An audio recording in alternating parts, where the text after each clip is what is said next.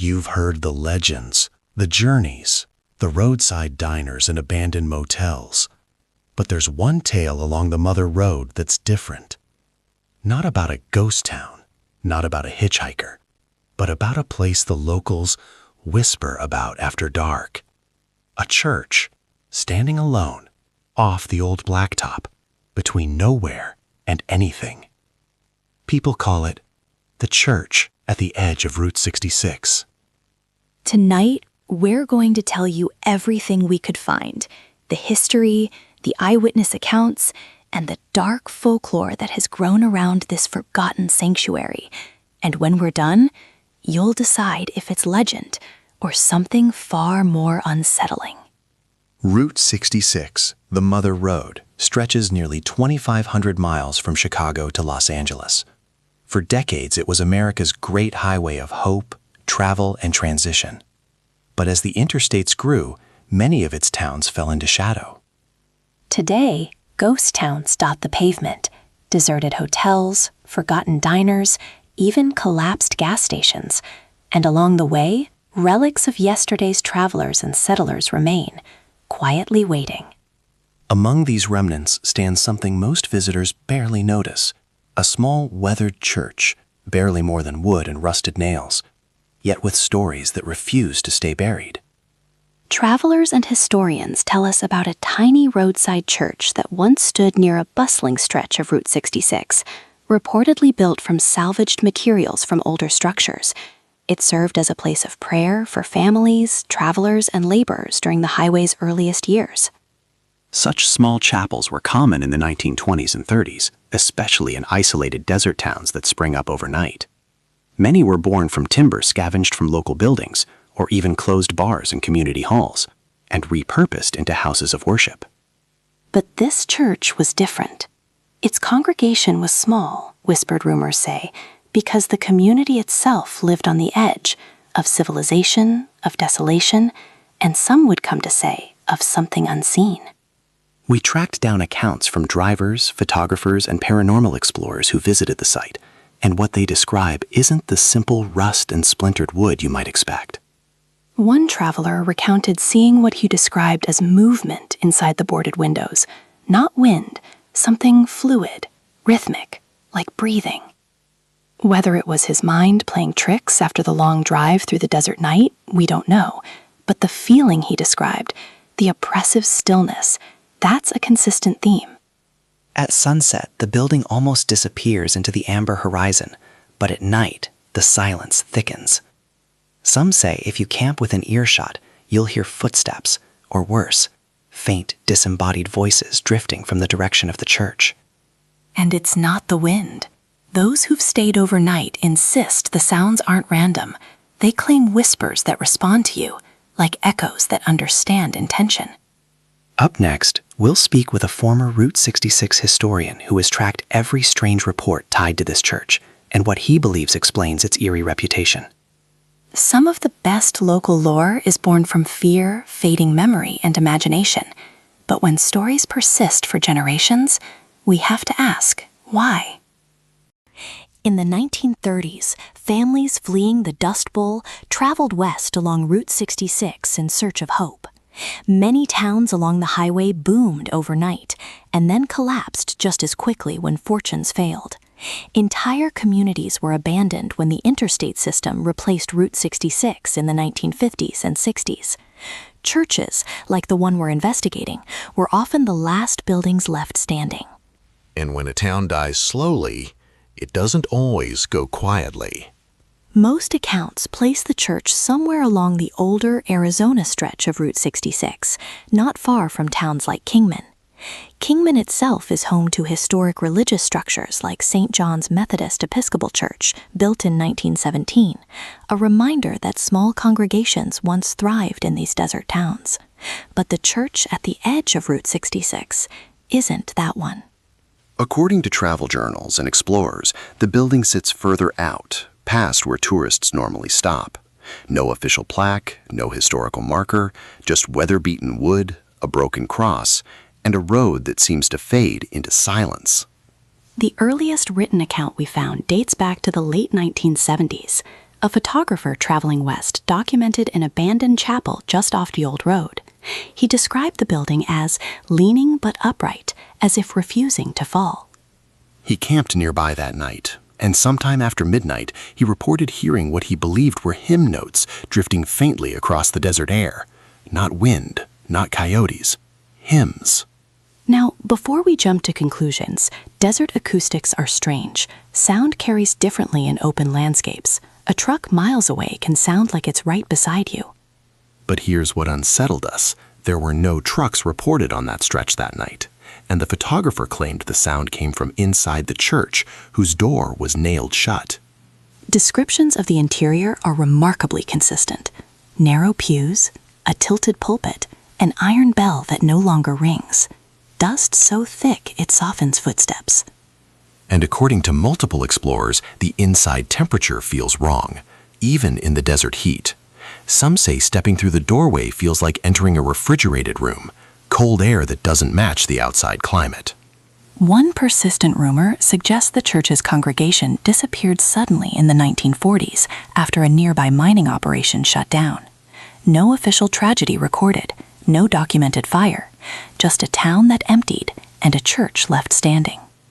Ghost towns across Route 66 aren't rare, but locals in nearby areas allegedly warn travelers not to stop near this one after dark, and that's where the folklore begins to thicken.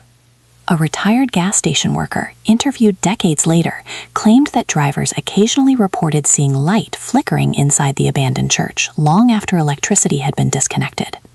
He told them the same thing every time. Don't go looking for voices on Route 66. Some of them answer back. So, what are we dealing with? An acoustic illusion? Collective imagination? Or something that latched onto a building long after its congregation left? Because the more accounts we uncover, the stranger the patterns become. The whispers, the cold air, the hymn-like echoes, and the feeling that someone is waiting inside.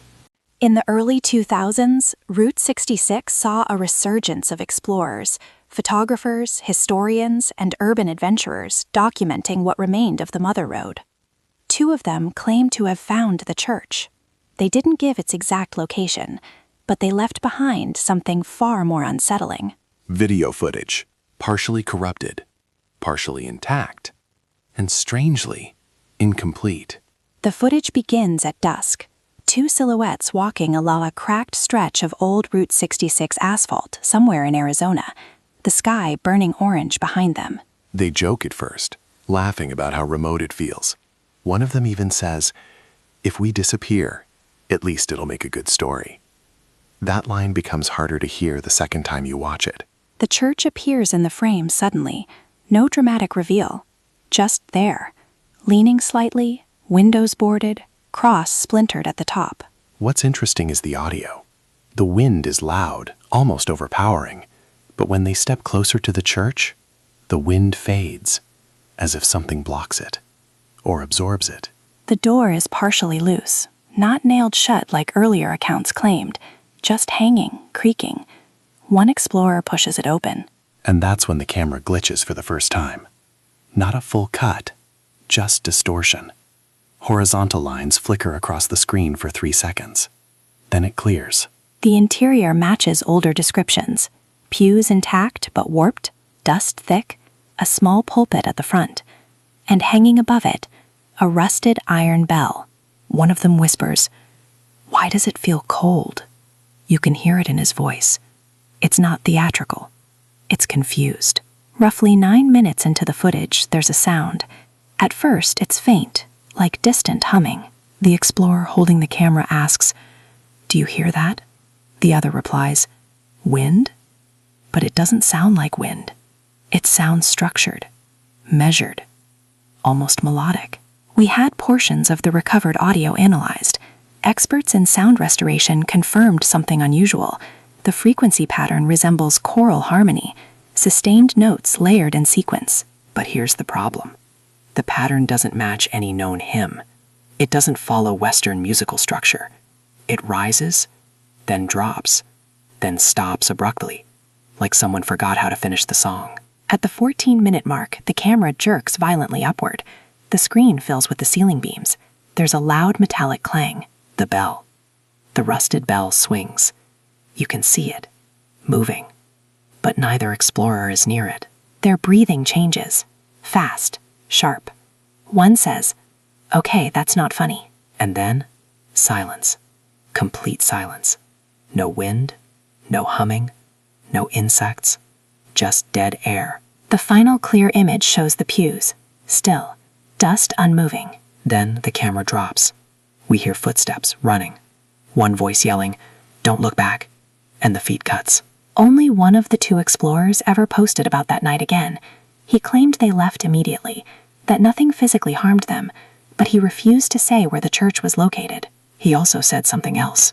He wrote, "We weren't alone inside that building." Could the bell have moved from structural shift? Possibly. Could the humming be wind through warped wood? Maybe. But the cold air, the silence, the audio pattern, and the way both explorers reacted, it doesn't feel staged.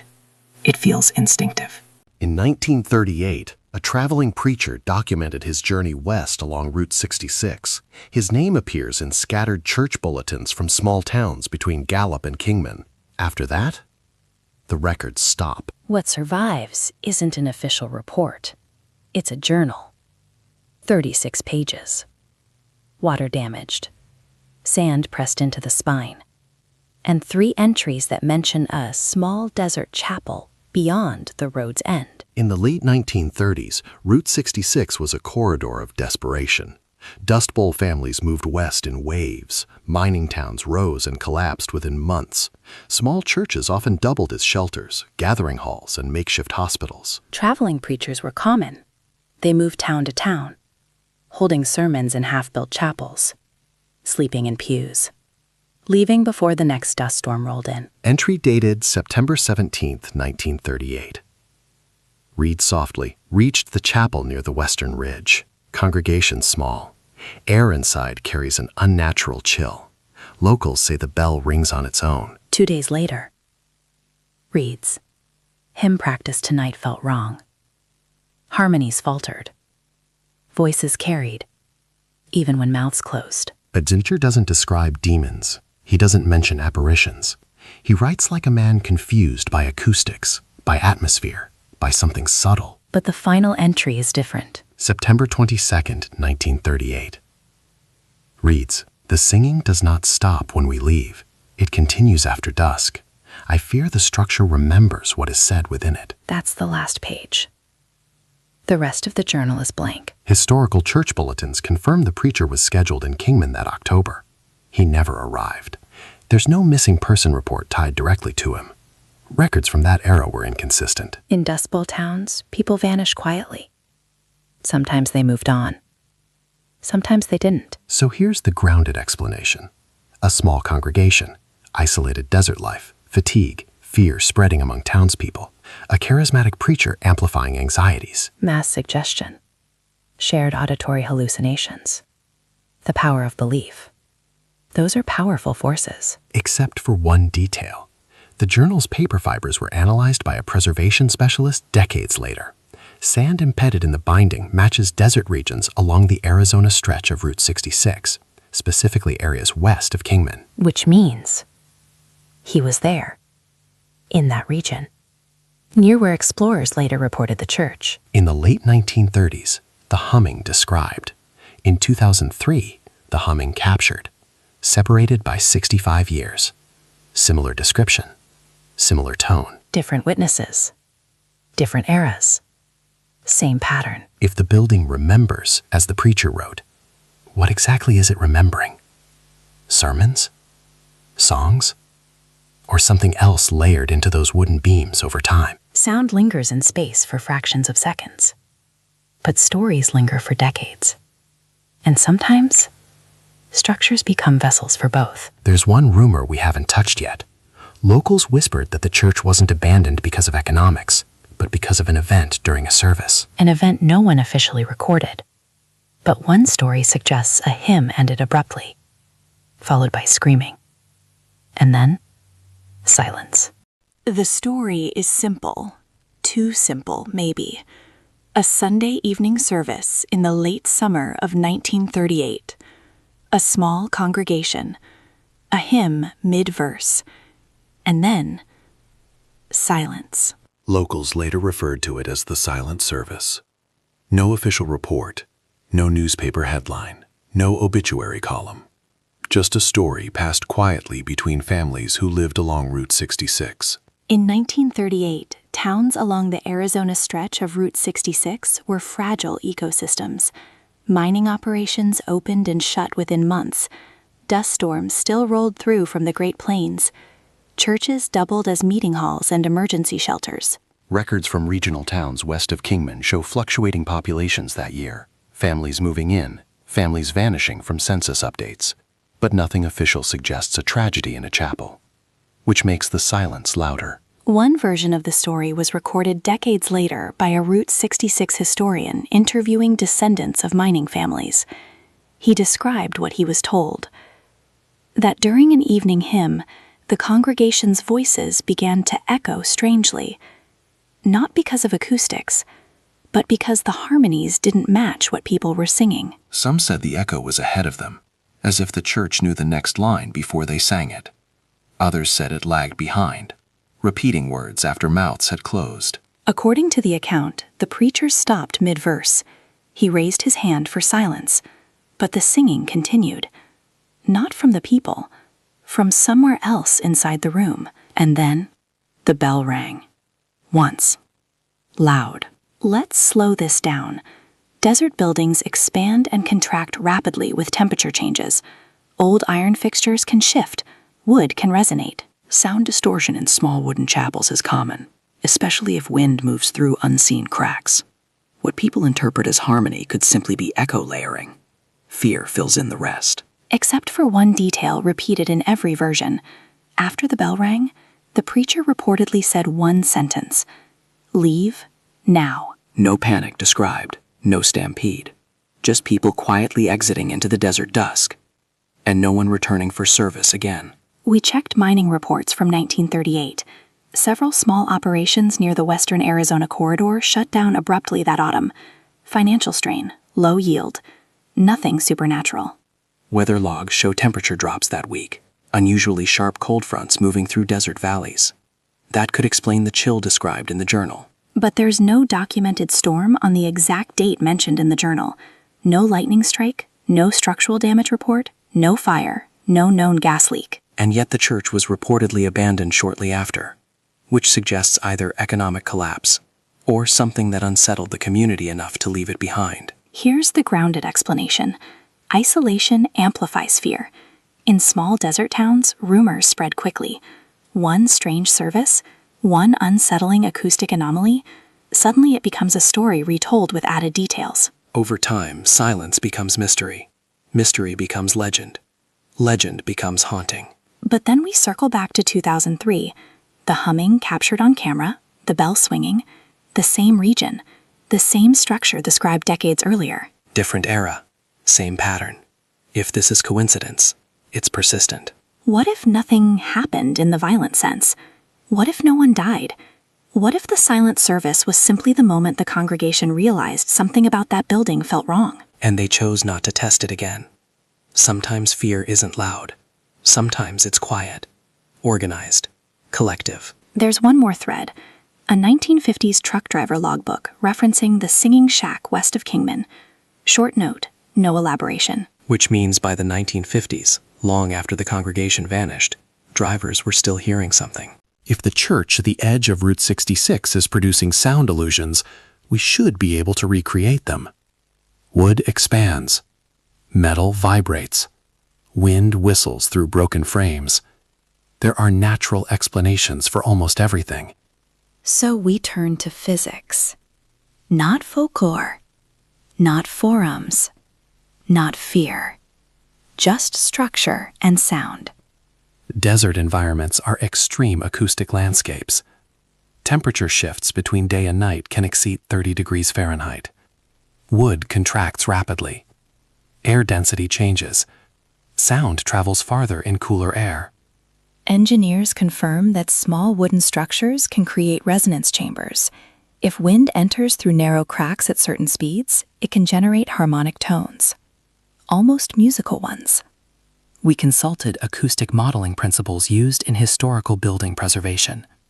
Wooden chapels with rectangular interiors can amplify certain mid-frequency tones, particularly between 200 and 400 Hz. That frequency range overlaps with human vocal harmonies, which means, in theory, wind could mimic a choir. But theory depends on consistent airflow, and the 2003 footage shows something different. The wind drops near the doorway. The humming rises.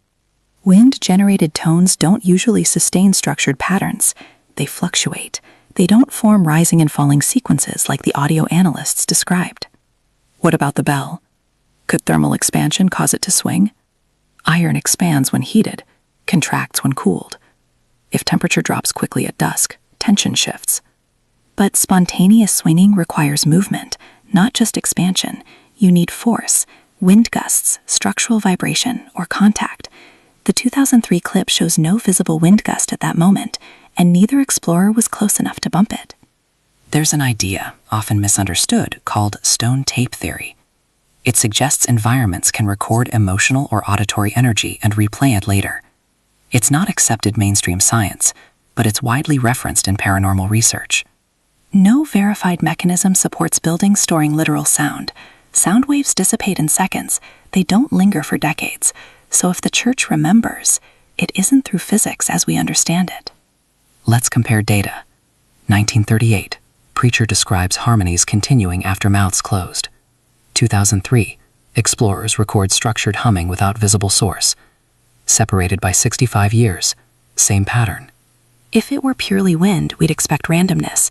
Instead, both accounts describe something that feels intentional, measured, aware of rhythm. One overlooked element is silence. Desert silence isn't just absence of sound, it's amplification of small noises. Your brain searches for patterns in emptiness. Psychologists call it auditory pareidolia, the mind organizing random noise into meaningful sound, like hearing words in static or music in wind.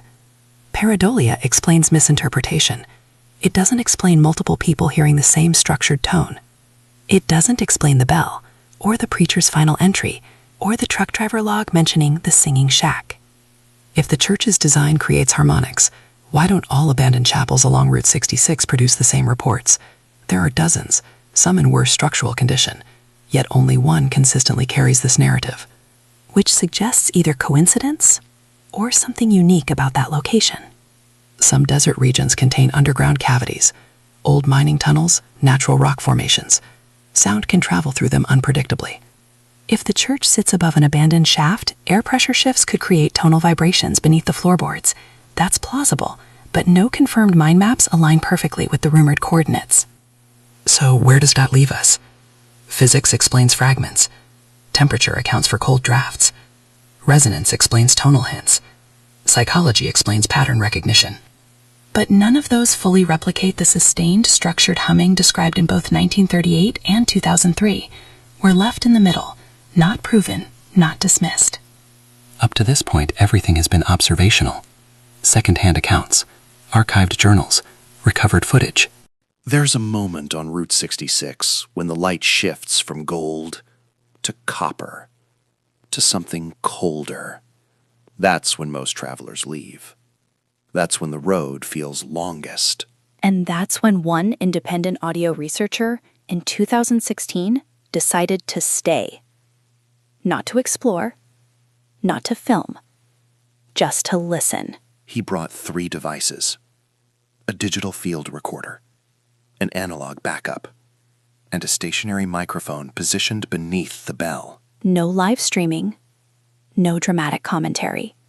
He left the recorders running from dusk until dawn. Then he waited outside in his vehicle, a quarter mile down the road. He said he didn't want contamination. No footsteps, no breath, no shifting wood mistaken for sound. If anything occurred inside that church, it would happen without human presence. And that's important, because previous reports always involved witnesses. This time, the building would be alone. At 9:12 p.m., the first unusual anomaly appears in the waveform. A low-frequency swell, barely audible. By 10:03 p.m., it rises. Still faint, still subtle. But no wind gusts were recorded that hour.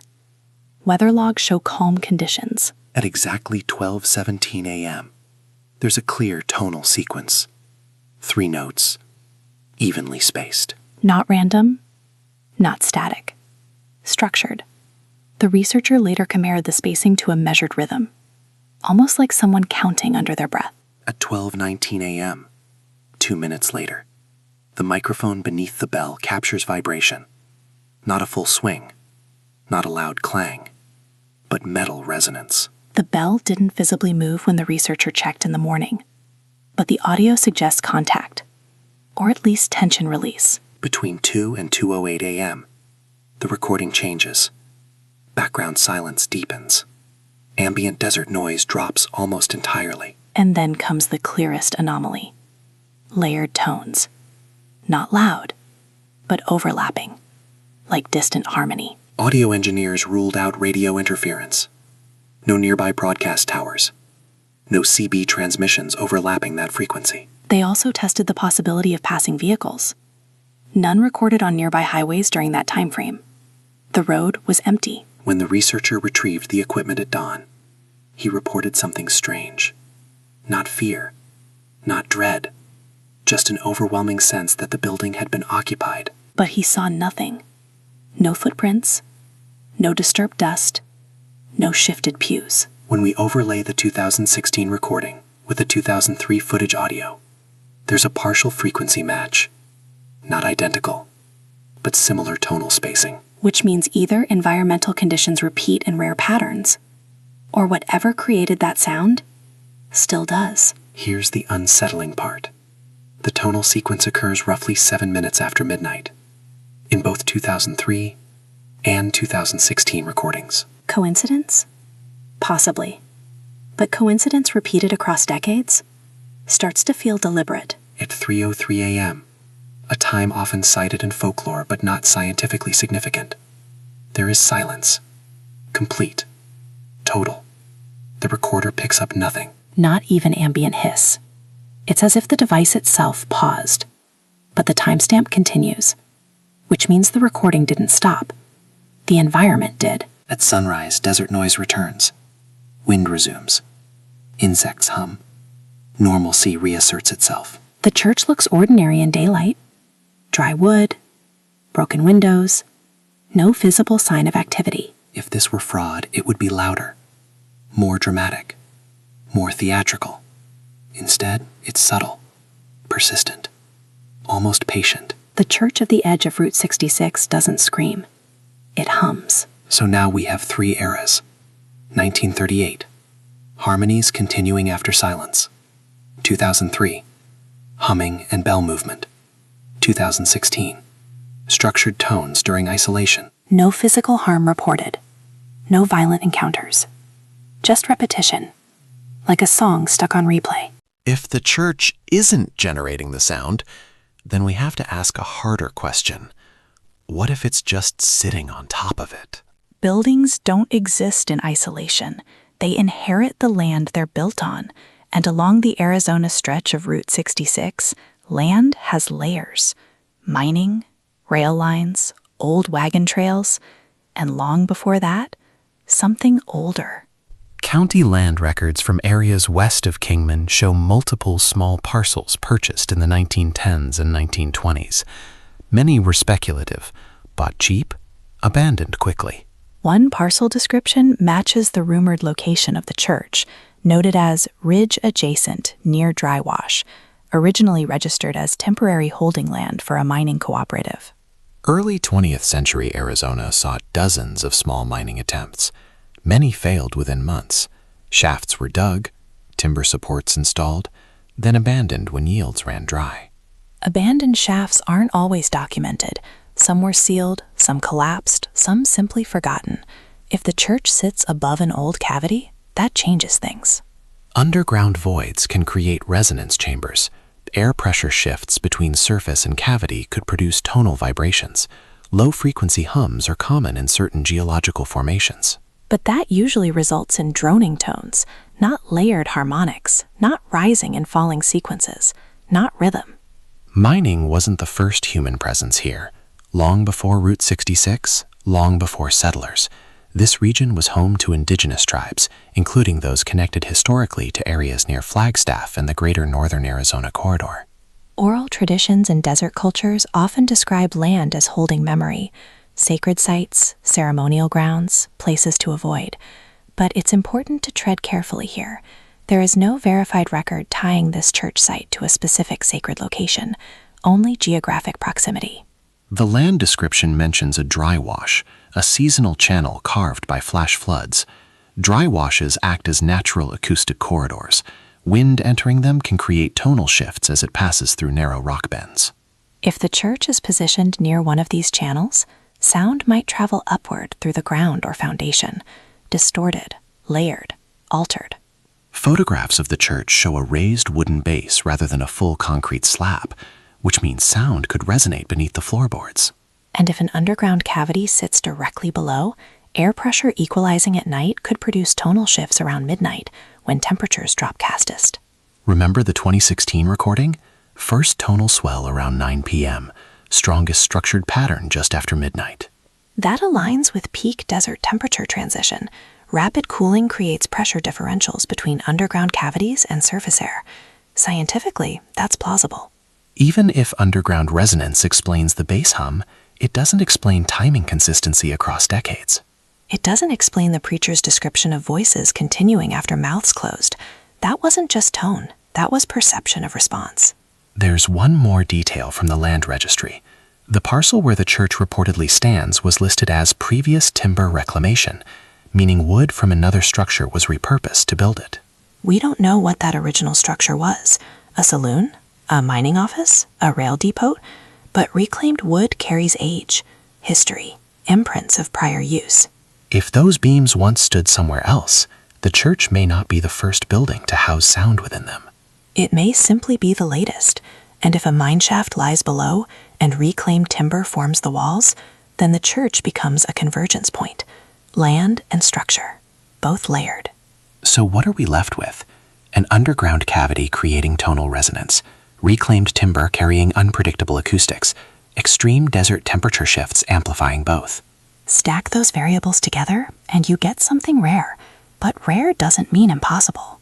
Except for one recurring element we still haven't explained. Why does the sound feel intentional? Why do witnesses describe it as responsive? Why did the preacher write that the structure remembers what is said within it? That's not geological language. That's emotional. Before we go any further into land theories or underground resonance, we need to confront something more powerful than geology: the human mind. Because isolation changes perception, and Route 66, especially its abandoned stretches, is isolation stretched across miles. Psychologists have long studied what happens when people are exposed to prolonged silence and minimal environmental stimulation. The brain begins searching for patterns. It fills in gaps. It amplifies small stimuli. In extreme quiet, internal sounds become externalized. Your heartbeat feels louder, your breathing echoes, and faint background noise can transform into something structured. Deserts intensify that effect. The lack of visual landmarks at night disorients spatial awareness. Temperature drops trigger physiological stress responses. Your senses heighten. Which means a faint hum under a wooden floor could become a choir in your mind. A shifting beam could feel like movement. A small metallic vibration could sound deliberate. Auditory pareidolia, the tendency to hear meaningful sounds in randomness, is well documented. People hear words in static, music in white noise, voices in wind. And when expectation is layered in, when someone already believes a place is haunted, perception bends even further. The mind aligns with narrative. Imagine a small congregation in 1938, mining town under economic strain, dust storms, uncertainty, a traveling preacher speaking about spiritual vigilance. Add one acoustic anomaly, one unusual echo. Suddenly, tension spreads. Voices feel layered. Silence feels charged. The event becomes the silent service. Now fast forward to 2003. Two explorers, aware of Route 66's haunted reputation, camera rolling, night falling. Expectation heightens interpretation. A gust becomes a breath. A vibration becomes a bell swung by unseen hands, and fear accelerates perception. But here's where psychology struggles. The 2016 recording happened without a witness inside. The building was empty. Which removes expectation from the equation, unless the anomaly exists independently of human perception. There's another factor: time distortion. In isolation, minutes stretch. Small sounds feel prolonged. Memory becomes less precise. When witnesses recount events years later, details sharpen around emotion, not around fact. Emotion edits memory. Yet across decades, witnesses describe similar elements: humming, cold air, bell resonance, silence that feels intentional. If this were purely psychological, we'd expect variation. Instead, we see repetition, subtle but steady. One detail stands out. Witnesses say the sound feels responsive, as if reacting to presence. Psychology calls that agency detection. The brain assumes intention where none exists. It's evolutionary. Better to assume a predator is watching than risk ignoring one. But evolutionary bias doesn't create recorded harmonics on empty microphones. The 2016 recording's most puzzling moment wasn't the tone, it was the absence. At 3:03 a.m., near total silence.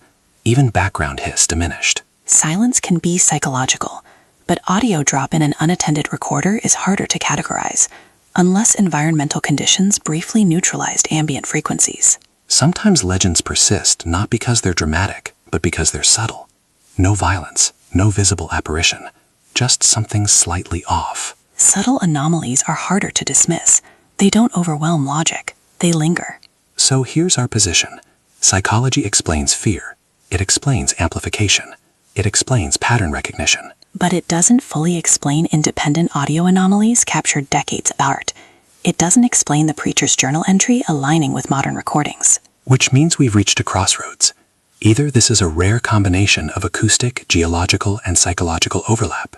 Or the church at the edge of Route 66 is part of a larger pattern along the highway itself. Because Route 66 has always carried stories. Ghost towns, phantom hitchhikers, disappearances. If the church is part of something larger, then we have to zoom out. Route 66 isn't just a road, it's a corridor of stories stretching from Chicago to Los Angeles. And along that corridor, strange reports are not uncommon. But here's what matters. We're not looking for ghost sightings. We're not looking for phantom hitchhikers. We're looking for one specific pattern: structured sound, unexplained harmonics, intentional feeling echoes. Across decades, scattered accounts mention strange auditory phenomena along Route 66. Drivers reporting humming beneath bridges, travelers hearing faint music near abandoned diners, campers describing tones drifting across desert flats at night. But when you examine them closely, they're inconsistent. Different pitches, different timing, different conditions. None show the same recurring midnight structure described at the church. Most tonal anomalies cluster in the Arizona and New Mexico segments of Route 66, particularly near open desert ridges and canyon-adjacent highways. Natural explanation? Yes. Desert basins can create low-frequency hums under specific wind patterns. But again, those are usually droning, not layered, not rhythmic. There's a phenomenon sometimes called the desert hum, low, persistent sound reported in certain remote areas, often attributed to distant industrial equipment or geological vibration. But the church's anomaly isn't constant. It rises, it pauses, it returns, almost like call and response. In archived trucking forums from the 1980s and 90s, drivers occasionally referenced singing stretches of Route 66 west of Kingman. No coordinates, just phrases. Most described wind whistling through road barriers, but one short entry stood out. Quote, "Past the chapel ridge again. Heard the low choir. No elaboration, no follow-up." When we overlay reports geographically, they cluster loosely near desert ridgelines, but only one fixed structure repeatedly appears in long-form accounts: the church. Which suggests either it amplifies a wider phenomenon, or it localizes it. Echoes require a source. Even geological resonance requires vibration input. So what's the origin? Wind? Underground pressure? Distant machinery? There's no industrial facility within miles of the rumored location. No power plant, no rail hub, no mining operation active in modern decades. If we treat this like data, the church is an outlier. Repeated tonal pattern, consistent midnight window, recorded decades apart. And no confirmed replication elsewhere along the highway, which means this isn't a general Route 66 anomaly. It's site-specific. But the road may still matter. Route 66 carries traffic history, migration history, emotional history. Thousands passed that stretch during the Dust Bowl. Thousands left prayers in small chapels before heading west. As belief leaves imprint, Route 66 is saturated with it. Crossroads have long held symbolic weight in folklore, places of decision, places of exchange. Route 66 is one of America's longest crossroads. And the church sits at its edge, not in town, not fully isolated, just beyond the main path. What if the highway isn't producing the anomaly, but feeding it?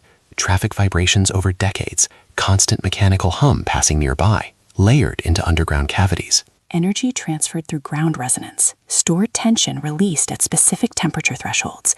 That's speculative, but less speculative than supernatural replay. After reviewing comparable Route 66 accounts, we found no other structure with matching harmonic reports. No diner, no motel, no bridge. Which narrows the mystery back down to the church, to the ridge, to that specific patch of desert. Legends grow stronger when a structure survives longer than expected. And according to regional anecdotes, the church at the edge of Route 66 almost didn't survive the 1970s. By that time, large stretches of Route 66 had been bypassed by interstate highways.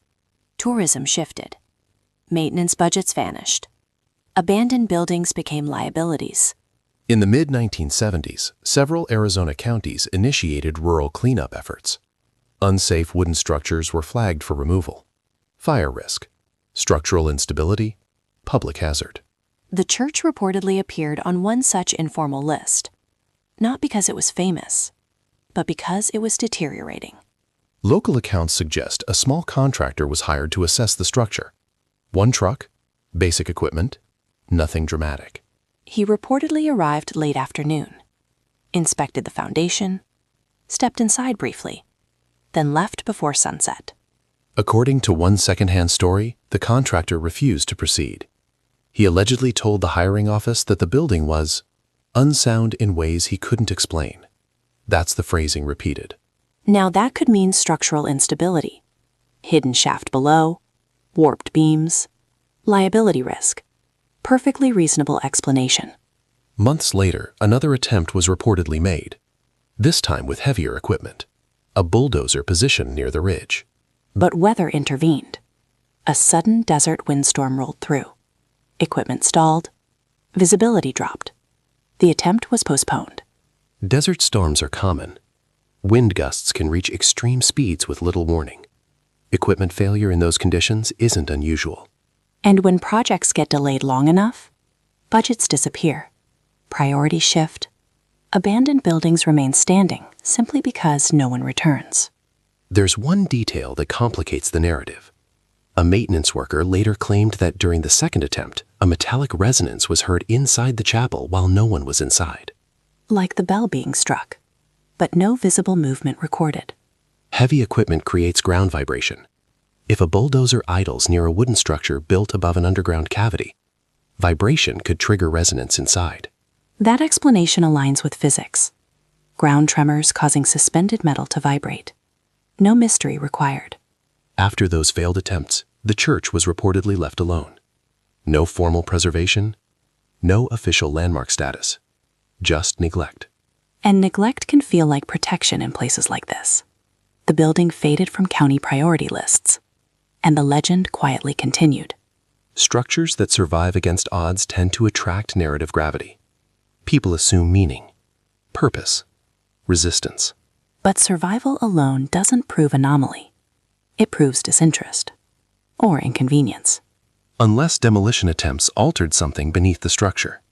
If underground cavities shifted, if beams adjusted, if tension redistributed. The anomaly could have intensified after disturbance, which might explain why the 2003 and 2016 recordings feel stronger than the 1938 journal descriptions. 1938, subtle continuation of hymn. 1970s, demolition vibration attempts. 2003, bell visibly swinging. 2016, structured tones without witness. If something beneath the church became destabilized in the 70s, we might be hearing a long-term structural consequence, not a haunting, a mechanical echo aging over time. But here's the uncomfortable possibility. If the land holds memory, as folklore suggests, disturbing it could amplify rather than silence it. We're not claiming that's true. We're saying it's part of the legend. And legends thrive when interruption fails. After the 2003 footage circulated quietly through online forums, one of the two explorers disappeared from public discussion. The other stayed, posting rarely, answering almost no questions, until 2008. 5 years later, he wrote a short message in a now archived thread. 3 sentences. I went back, alone. It was quieter this time, but it wasn't empty. Why would someone return to a place that unsettled them? Curiosity? Closure? Or the need to disprove what they experienced? He didn't live stream it, didn't monetize it, didn't turn it into spectacle. He went alone with a handheld recorder and a flashlight, and he stayed inside. According to his written account, the church looked unchanged. Same warped pews, same rusted bell, same dry dust on the floor. But he noted something subtle. The air felt heavier, not colder, just denser, as if sound itself would struggle to move through it. For the first hour, nothing happened. No hum, no vibration, just wind outside. He wrote that he almost felt embarrassed, as if the first experience had been exaggerated by adrenaline. At approximately 11:48 p.m., he noticed something. Not sound, stillness. The wind outside stopped completely, and the church became silent in a way he described as pressurized. Then he wrote he heard something behind him. Not humming, not metal. A whisper.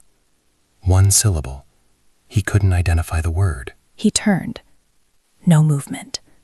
No shifting shadow. But the air temperature dropped sharply. Desert nights cool quickly. Temperature can drop 20 degrees within an hour. Cold drafts through cracked boards could produce sudden chill. And whispers can be auditory misinterpretation. Wind passing through narrow splits in timber can produce vowel-like tones. But he described something else. At exactly 12:17 a.m., matching the 2016 recording timestamp, a low tone began beneath his feet. Not from the walls. Not from above. From below. He placed his hand on the floorboards. He claims he felt subtle vibration.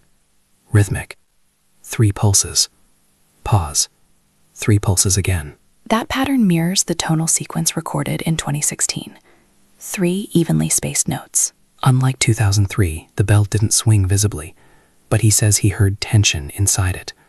Metal flexing. Without motion. Which suggests resonance traveling upward from below, if there is an underground cavity. He didn't run. He didn't scream. He sat still, waiting. And then he made one decision. He spoke aloud. He said, "Is someone here?" According to him, the hum rose slightly in pitch, briefly, then stopped. Now pause there. That's either coincidence or perception aligning with expectation. He left at 1:02 a.m., walked calmly back to his vehicle. No pursuit, no visible phenomenon. But his final forum sentence stands out. It doesn't want attention. It wants repetition. Repetition aligns with structural resonance, repeated temperature cycles, repeated pressure changes. But the perceived response to his voice complicates it. That detail is subjective, unrecorded, unverified. 1938. Hymn continues after silence. 2003. Humming and bell swing. 2016. Structured tones in empty building. 2008. Vibration felt beneath floorboards. Each account adds a layer. None dramatic, none violent, all subtle, consistent. If the anomaly originates below the church, what happens if we monitor the ground directly? Seismic equipment, pressure sensors, thermal mapping. If the church is only reacting, then the source may be beneath it. Not in the walls, not in the bell, but in the earth itself. Northern Arizona sits within a geologically active region, not violently unstable, but constantly shifting. Microtremors happen every day, most too small for humans to feel. Areas near Flagstaff and stretching west toward Kingman sit along fault-influenced terrain. Minor seismic activity occurs regularly, usually unnoticed. Microseisms, vibrations caused by distant earthquakes, ocean waves, or atmospheric pressure, can travel through bedrock for miles. Under the right conditions, they produce low-frequency hums. Low-frequency ground vibration can resonate through wooden structures. If the church sits above a shallow cavity, like an old mining shaft, that cavity could amplify those tremors. Think of it like a guitar body. The ground vibrates, the cavity resonates, the wooden frame becomes the amplifier. But here's the complication. Seismic microtremors don't follow a nightly schedule. They're irregular, unpredictable. Yet our timeline shows tonal peaks around midnight in multiple decades. That suggests either coincidence or a consistent environmental trigger. Desert temperature shifts are most dramatic between sunset and midnight. Air cools rapidly, ground releases stored heat. Pressure gradients form between surface and underground cavities. If a cavity lies beneath the church, midnight could be when tension equalizes, releasing vibration in pulses. 3 pulses. Pause. 3 pulses again. Geophysical surveys in similar desert regions show that shallow mine shafts can create localized acoustic events, especially if wood reinforcement beams remain underground. Old timber below ground can expand, contract, and flex, producing rhythmic creaks amplified through surface structures. But structural flexing doesn't explain perceived response to voice. The 2008 explorer asked, "Is someone here?" and the hum reportedly shifted in pitch. Unless the sound change coincided with subtle vibration caused by his own voice reverberating through floorboards, sound energy travels. Even human speech creates microvibrations. Every event involves resonance. Not apparition, not movement, resonance. But the 3:03 a.m. silence remains puzzling. If ground vibration were constant, we'd expect background noise to persist. Instead, recordings show near total drop. That could indicate pressure stabilization, a brief equilibrium between surface and cavity. No movement, no tension, just stillness. There's another geological possibility: subterranean airflow. If wind enters one opening miles away and exits through cracks near the church, underground channels could carry tonal vibration. Natural wind instruments exist in caves worldwide. They produce flute-like tones when air passes through narrow rock corridors. If a similar formation lies below that ridge, the church could simply be the speaker above it. But here's what we don't have: confirmed ground-penetrating radar data, verified mine maps matching the exact location, precise seismic readings taken on site at midnight. Without direct instrumentation beneath the church, geology remains theory. Strong theory, but theory. But fascinates us isn't just the vibration, it's the emotional tone witnesses attach to it. They don't describe mechanical hum, they describe singing, choir-like structure, intent. Emotion transforms sound. A low-frequency pulse becomes a hymn in the right psychological frame. We're standing at another crossroads. Geology explains the base vibration, psychology explains interpretation. But together, they create something uniquely persistent, a place where earth and mind intersect. For 14 segments, we've pulled this story apart. History, psychology, geology, acoustics. Now it's time to put it back together, because mysteries don't survive on one explanation. They survive at intersections. And the church at the edge of Route 66 sits exactly at one. Layer 1, 1938. A fragile mining community west of Kingman. A traveling preacher. A hymn that didn't end when it should have. A congregation that never returned. No documented tragedy. No confirmed disaster. Just silence. And a journal entry that says, "The structure remembers." Layer 2, the ridge. Possible abandoned mining cavities beneath the chapel. Reclaimed timber forming the structure. Dry wash channels capable of funneling wind. Desert temperature shifts creating pressure changes around midnight.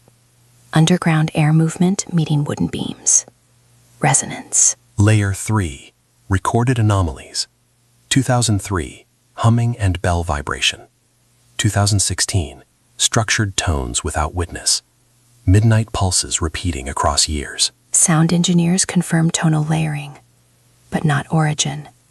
No radio interference, no traffic overlap, Just unexplained sequence. Layer 4. Psychology. Isolation amplifies perception. Silence breeds pattern recognition. Fear sharpens memory. A low-frequency pulse becomes a choir. A draft becomes a whisper. A vibration becomes response. Individually, none of these layers prove anything unusual.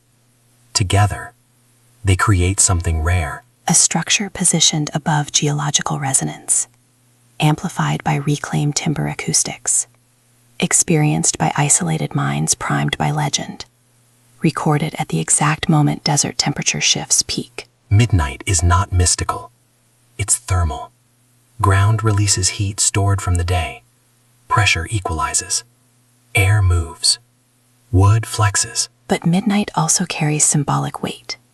It's when human perception feels most vulnerable, most alert, most uncertain. What about the perceived response to voice? The pitch shift after "is someone here"? Human speech creates vibration. If the floorboards sit above a cavity, the sound wave itself could trigger tonal resonance. The building answers because it's physically reacting, not consciously responding. And the silence at 3:03 a.m. Possible moment of equilibrium. No wind differential. No structural tension. No vibration. Or simply the quietest moment of the night, when even insects pause. The demolition attempts failed. Storm delays. Structural concerns. Budget shifts. But the attempts themselves may have shifted underground beams, changed cavity airflow, amplified resonance over decades. So here's the convergence model. Geology produces vibration. Structure amplifies it. Temperature schedules it. Isolation interprets it. Legend preserves it. And repetition cements it. Decade after decade. Just subtle enough to avoid debunking. Just consistent enough to avoid dismissal. Yet something still lingers. Witnesses don't describe mechanical hum. They describe harmony. Emotion in tone. Emotion is projection. But projection can feel real.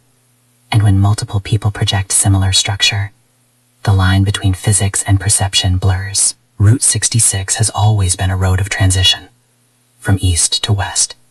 From dust to hope. From abandonment to memory. And the church stands at its edge, where land shifts, where temperature shifts, where people shift.